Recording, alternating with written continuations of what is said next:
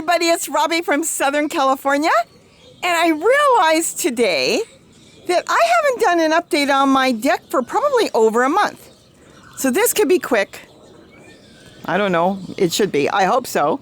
And I'll go over what's going on the deck, and I hope to keep this going not just in the summer, but in the fall and the winter. And this way I can just step out of the house, don't have to go running through the garden and getting any food, because I'll tell you, I've been using the deck so much. Look at everything growing. Even in the summer, we've been going through a heat wave over 100 degrees. Everything's growing, and I never had to protect it. But if I needed to, I have stakes up here. I could have easily tied some shade cloth on the stakes and draped it over the plants if I felt it needed it. And you know what? I don't know. I can't explain it. Maybe it's the way it's getting water. It all worked out. So let's kind of walk through. I'll start on this end since I'm here. This is, these are those upside down patio garden containers. Don't buy them. I don't even think they sell them anymore. They're trying to get over $100 for them. Again, I've gone over this over and over. Quite a few years ago, my daughter called me from Walmart yelling, "Get down here right away." They had them all boxed up in these little boxes because you have to put them together. And she said, "Come get them. They're half price." They reduced them to like $5, but they put them half price to get rid of them. There was a whole bunch of them. And yes, Gary and I ran down there and we bought them. And that's why we use them. They're here and I use them, but there's so many more things you can do that's far better because they're so small. They really are. But I add in pots. As you can see, I've got a pot in here just past the moringa. See, there's a pot in there, another flower pot. So I try to do different things with them. That is the only reason I've got them. But otherwise, you can build your own. And I've showed you the chair that I make is far better than this will ever be. But let's go back to this. These are all volunteers because I never planted in this one. And I've got some tomatillos coming up in here, and there's more tomatillos and probably lettuce and weeds. So I haven't gotten to this. Now this, I threw some seeds in. This is Swiss chard and baby dinosaur kale. Where's that coming from? Right next door. There's a dinosaur kale. I put a cutting in here and it went to seed. See all the seeds? These are seeds. I can't even reach them. But these are the little seed pods. And periodically, if I see there's a seed in there, I probably dropped it in there. And so I've got baby dinosaur kale, which I have plans for. We'll do another video on that. But I also have, let's see, green Swiss chard because I've got green. See, this is the green Swiss chard. Look at the seeds on there. And these are so easy to collect. And these pods, I call them pods because even though they're seeds, each one contains a whole bunch. So you may see only one seed, but see how tiny in actuality they are, that little black dot? They're packed with a whole bunch of little seeds. That's why if you plant one and you go, wait a minute, how did 5 or 6 come up? Well, that's why. Because I'm looking at something. Sorry, I actually had to look at a cat. You don't see cats roaming around out here because of the coyotes pick them all up. But going back to that. So anyways, the seeds, those pods off the Swiss chard, actually each little seed contains multiple seeds inside. So that's why I've got a whole bunch of green Swiss chard. And you know what? I prefer the green over the green and red. I don't know, it just tastes better to me. It tastes more like spinach, but mild, and I really like it. I use it for a lot of things. And then this is my potato mint. These were in cups, in containers. Oh, the roots are close to the surface. I should get a little bit more either wood chips or some sort of mulch on top. And I wanted to get them planted so they will start growing their tubers, and we'll see how that goes. But that's what's in here. If anything else is coming up, it just fell in there. I do see something else. This looks like it's either dill or papalo just starting. Down here, here is beans starting. Those are beans. Put some seeds in there, so I've got beans starting to come up. Celery, I think there's a moringa in there somewhere hidden. There's the moringa growing in here. It really needs its own pot. Lettuce seed, I let it do its thing, and so it falls, and I've got lettuce growing everywhere. It comes up on its own. I still have to get my blueberry planted, but again, I've got beans now coming up. This is the right time of the year to start getting the beans in. Got beans growing everywhere. An old celery plant, look at the trunk on it. See, if you chop it down, let's say it goes to seed. This one went to seed.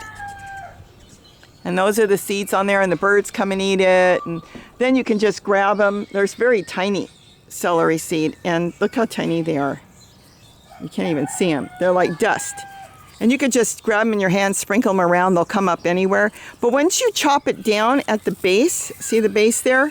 It will regrow. See, this one's regrowing from this one. See this? And this one regrew. So you could just chop it down, and it will grow. You don't have to take it out, but you can start fresh. A lot of people like starting fresh. It's whatever way you want to do it. Then I've got some green sorrel and tomatoes coming up that again are volunteers, these tomato plants.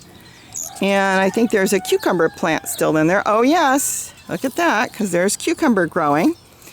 And this is the Malabar spinach. Look at this, it reaches for the sky. Isn't that amazing? I put these poles there and it just keeps going up. I have, well, it's one plant only. I gave Gary the rest of them. And the one plant split off and grew 2 vines that have taken off from there. I'll show you a vine. Here's the vine. Let's go down here slowly. Hey, that's the single vine. And then the vine split off, and it's got the berries. I've eaten the berries. They don't have much taste at all, but they're supposed to be healthy. I should be collecting them to have seed for next year, and I will do that. I have not collected any seed. And then down here, I never did anything, but I do have papalo coming up. Isn't that beautiful? This is going to get big. It's going to take off. This is just an old tomato that's ready to come out, and then there's some garlic chives down there, and looks like more volunteer tomatoes coming up. Oh, I see another papalo in the back. I didn't even see that the other day. Look at that. It's back there. Another papalo. And I did have a papalo plant here, so the seeds are down there. Here, these are garlic chives. Aren't they beautiful, the flowers? This is garlic chives growing. A lot of this is lettuce. An apple plant, apple tree. I don't know what I'm going to do with those. And then this, dill seeds. Now, normally, you can't grow dill this time of the year. Not easily, because it's too hot and it bolts right away and doesn't want to do anything. But I'm growing dill, and we'll see it soon. So that's that. Oh, tomatoes that I forgot to take off. Shame on me. But you know what? They go whiny. And whiny's okay because I can squeeze that out and plant it. Just take the whole tomato, squeeze it out, and it will grow. And it's just breaking down and doing what it's supposed to do. Yeah, that's the papalo back there. Okay, this is the back side of this unit that I put together, and the whole video is on there step by step, and it has worked beautiful. I'm amazed in a matter of months what this has turned into. Look at the purple, beautiful purple kale, curly kale. Isn't that gorgeous? And we use it. If I topped it, and you know, everybody can do it their own way. If I would have topped it and not or pinched it, it would have grown multiple stems. I just left it. But this is mint that I can move at any time. It's in a pot. It's sitting on top of my little, let's move these leaves that are falling. It's sitting on top of the compost in place thing, which I usually, see what I do? I put the leaves in there. It's a compost bin, and it's buried underground, and it's full of holes, and the earthworms can go in there. And I really didn't put any earthworms in there. I just grabbed soil, damp soil from the garden, and it had plenty of earthworms. So there's earthworms in there, and that's really helped. We've grown so much squash. This is another celery plant that has gone to seed. I've got a lot of celery that went to seed. And this is there's a little lettuce coming up down here. And you know what's all this? See all these little teeny, well, I do see something else. This looks like dill. But see all these teeny plants growing? I see all that. Most of that's going to be celery, because the celery seed on its own is just falling, and it's growing in there. So that's what's growing in there. And then I've also got some Swiss chard. This is actually garlic back here. You're not supposed to plant garlic in the summer. I did. If it makes it, it makes it. If it doesn't, it doesn't. There's that strawberry plant I got from my daughter. There's no flowers on it right now. It was a little teeny plant. It's already separated.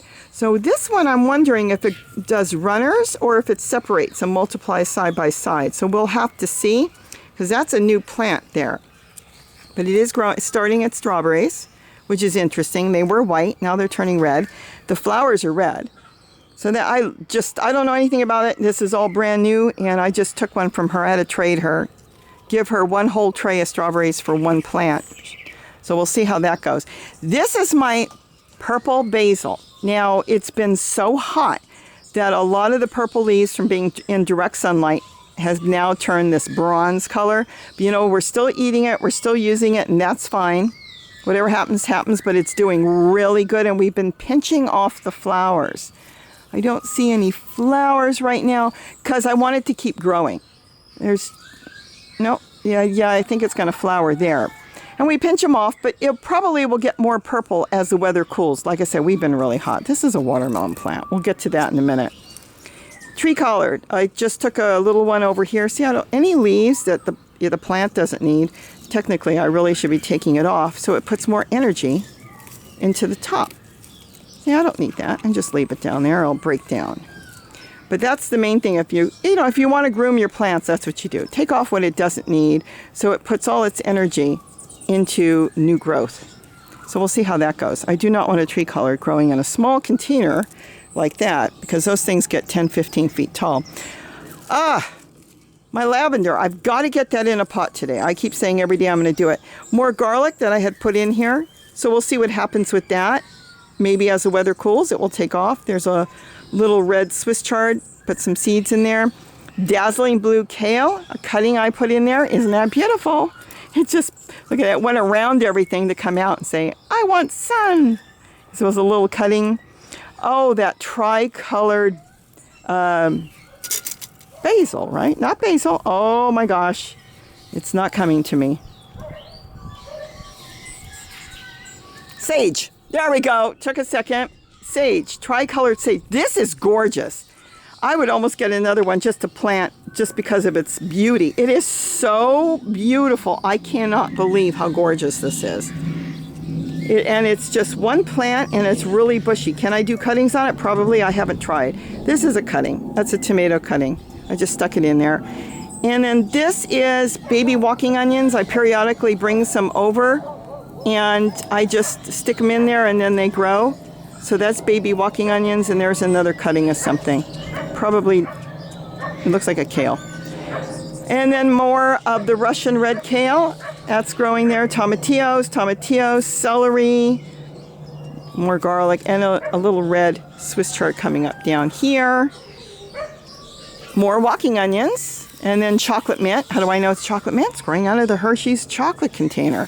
No, I just put it in there so I can easily pull this container out if I want and plant the plant in the garden and move it. So this way I don't have to stick a stake. I remember what it is. And let's see what else. That's not doing good. It looks like it might have been a stick I stuck in there, but there's some small stuff coming on there. Might be a tomatillo coming up. I'm not sure on that. This I want to get off. Just chocolate mint. Purslane, that's gotten big and it's got seeds and I really need to collect the seeds.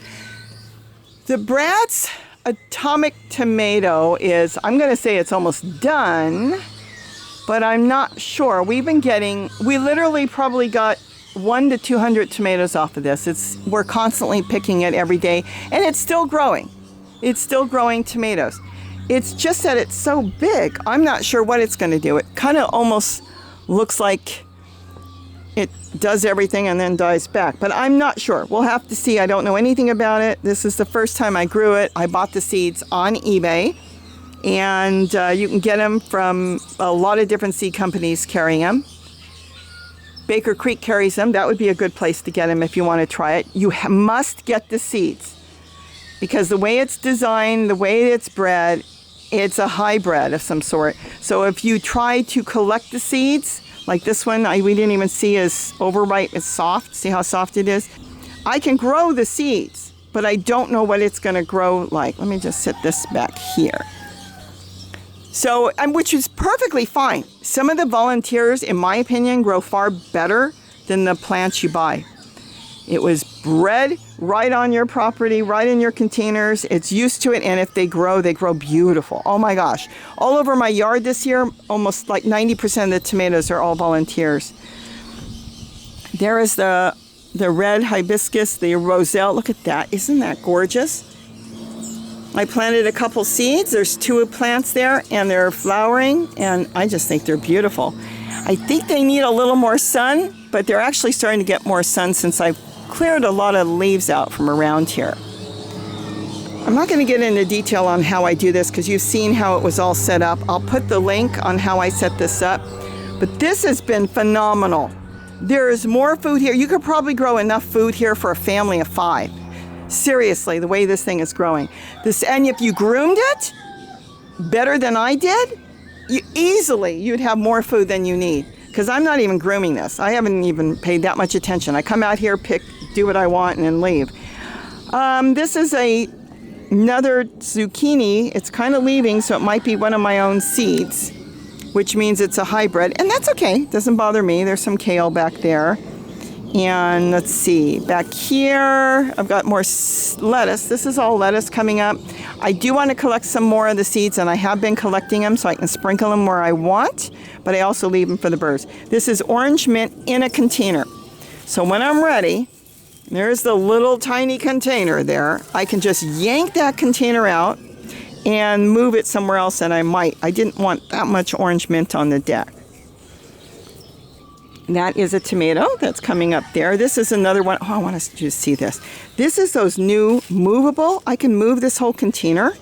See, I water and put food matter in there, kitchen scraps and everything. It's so easy to just lift the pot out and then do what you want to do. Here, I don't have to water my compost in place. Remember, the way I do my compost in place, it's alive. It's a live soil. The soil is completely alive with all kinds of microbes and everything, and that's what's feeding your plants. That's why I've got, the squash growing here. Now, I put this, I guess this tomato came up, it was a volunteer, and it came up, and I can easily move this and plant this in the garden, which I really should, or on the deck here. But with this, I can water this container, and it waters my movable compost in place, which goes back into the soil, which feeds all the plants around it. Now, if I want to add something to it, I just open the lid or put it in here. This just simply unsnaps, but this is what I want to show you. I took soil from my garden. Let's see if there's anything under here because I have not moved this. Now, this is a surprise to me. Oh, I really need to separate this and put these somewhere. Those roots are from, let's say, any plant that's in here. They send their roots underneath, and they are feeding off this miniature compost container, this movable compost container. I'm going to put this back because I really don't like disturbing them too much. That is amazing. I didn't even know that was under there. I haven't lifted that in a long time, as you can see. I have not touched that. They've multiplied. This thing must be full of worms, and I really should separate some of them out just by digging some of the soil and moving it around. But they love those containers. And let's say I didn't want this anymore and I wanted to gut the container, or I wanted to plant something somewhere else, or set up a new container to plant plants in. I could just lift this out and put this in the new container that I'm planting my plants in. And you would have everyday free food feeding your plants, and your plants would go wild. I love the movable containers. There's another one made out of another container that's also movable, but that is feeding that little vine there, and that vine is a watermelon. I wasn't even planning on doing watermelon, but I did do watermelon, and the flowers did open, and only one made it. Look at this. I've got one watermelon on the deck without trying. I may try next year.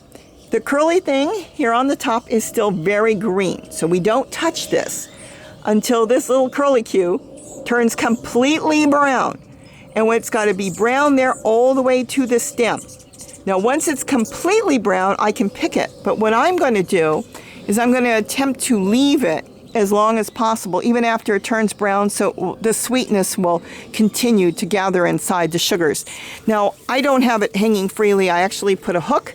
So I netted this, so all the weight, because it's getting heavier and heavier, is on here. See, I've got the hook on this net, and the watermelon's inside this netting I've got. That's all. So it's supporting the watermelon because I figured it was going to fall. It was drooping to the ground. So we'll keep an eye on that and see what happens. More volunteer tomatoes. More tomatoes, as you can see, volunteers coming right next to the watermelon. I really should get that out. Here's a beautiful Russian red kale. Isn't that gorgeous? Just gorgeous. There's another container back here. You probably can't see it. Look at this. This is a small one. Another movable container that I put food scraps in. It really works out so good. I can't believe it. It's just amazing. amazing because it's no work. It's no work. You just do it and forget it and add in whenever you want. Here's another one. There's nothing in this one, but I just put food scraps in there, and that's why all these tomatoes came up. That's why these plants look fantastic. That's why they're growing in 100 degrees weather. Underneath the container acts as a ground cover, and so it's always wet. So when you're watering those movable containers, however size you want to make it, you can make it that size up to a 5-gallon bucket and move it around your yard. That was a video I thought I made and I didn't, and we'll have to get that together. You can grow all kinds of things. I'm just amazed. This plant I thought was at the end of life. It kind of got powdery mildew. It looked really bad. I trimmed it all back, was getting ready to take it out, and it's come back to life. But the reason is I've got this great big squash here that I need to take off, and I really don't want to take it off until I'm ready to use it, because if I take it off and don't use it and let it sit, the seeds get hard, and I don't want the seeds to harden up. So that's why I haven't rushed into taking it off. But I am going to take it off soon, because when you leave things like that, it really does shorten the life of the plant, if you care, just so you know. Not much going on over here. I throw some weed in there and grow it for the dogs if they want to nibble on grass, and that should be dug under or used for green compost, and plant new. And then again, I didn't plant in there. That's just garlic coming up, the garlic chives. It probably just started to grow in there. Here's a moringa that really needs a bigger pot.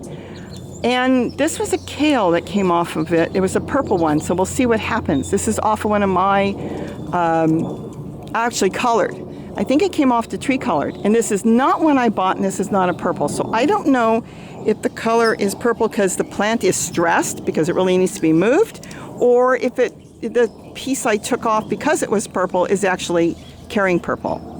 And that's why sometimes you've got to make sure when you think you're working with a new variation of plant that make sure it's planted good first before you make a claim, because sometimes things get stressed and can change all kinds of colors and looks and stuff to it. That goes with any animal. All right, pomegranates. This stuff, I never really got to this either, but I see parsley. Yeah, I've been pulling parsley out of here, and this is doing really good. And let's swing over here. More orange mint. I don't need that much orange mint. I use very little. And then there's the cress growing. I did a whole video on that. I bought that at the 99-cent store. There's 2 of them. There's one there. There's one, actually we bought 3 because Gary's got in his garden.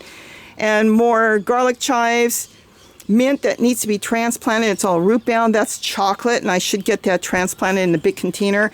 And I've got ideas to see if I can get that to grow during the winter this time. So we'll see what happens if I can do that. And this just is things I need to trim out. I've got garlic chives going in there and a volunteer tomato. This is parsley, and I definitely want to collect all the seeds on that. The birds have been eating it, but I want to collect far more seeds. Lettuce, and this is what I was talking about earlier.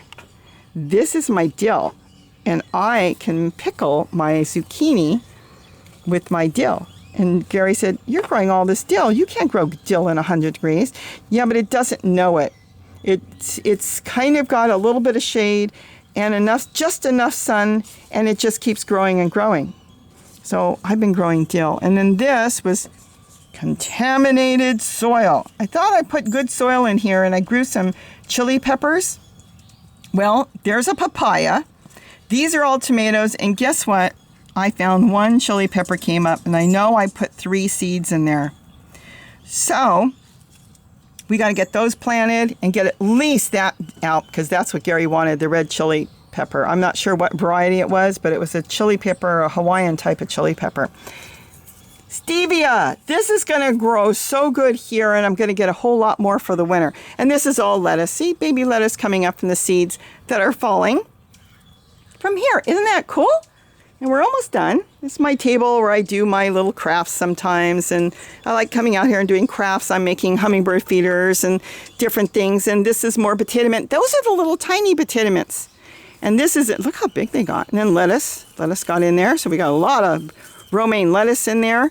This is really good. So we'll see how that goes, and let's walk over here.